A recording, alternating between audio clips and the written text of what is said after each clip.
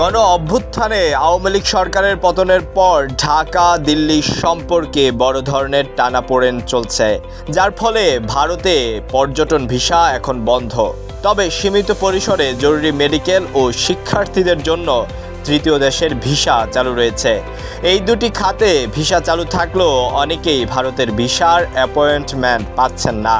সে কারণে বিশেষ করে শিক্ষার্থীরা বেশি বিপাকে পড়েছেন। এসব সমস্যা বিবেচনায় দিল্লির বিকল্প তৃতীয় দেশ থেকে ভিসা নেওয়ার উদ্যোগ নিয়েছেন পররাষ্ট্র মন্ত্রণালয়। ভিসা বন্ধে আমাদের কিছু অসুবিধা হচ্ছে, অনেকের কিন্তু সুবিধা হচ্ছে। আমি কালকে একটা হসপিটালে গেছি আমার একটা ছোট চেকআপের জন্য।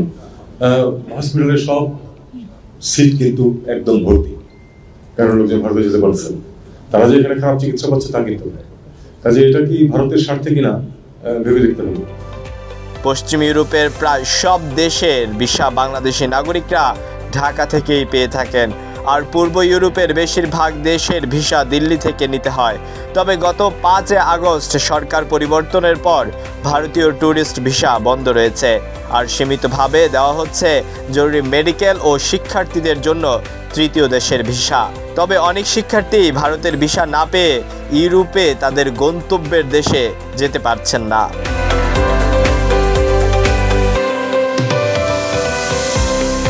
পূর্ব ইউরোপের বুলগেরিয়া, রোমানিয়া, পোল্যান্ড প্রভৃতি দেশের ভিসা নিতে বাংলাদেশি নাগরিকদের দিল্লি যেতে হয়, কারণ এসব দেশের দূতাবাস বাংলাদেশে নেই।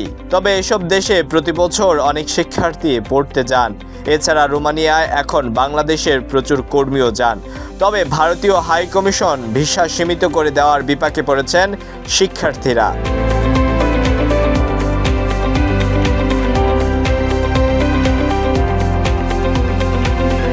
তবে রোমানিয়ার ভিসার জন্য শিক্ষার্থীরা থাইল্যান্ড ও ভিয়েতনামের দেশটির দূতাবাসে আবেদন করতে পারবেন।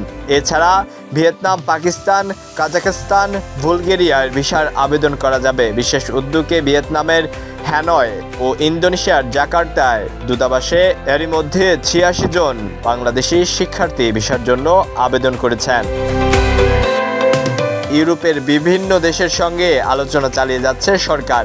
এছাড়া ক্রোয়েশিয়া, বুলগেরিয়া, রোমানিয়া প্রভৃতি দেশের ভিসা যেন বাংলাদেশের থেকেই পাওয়া যায়, সেই প্রচেষ্টাও চলমান রেখেছে বাংলাদেশ সরকার।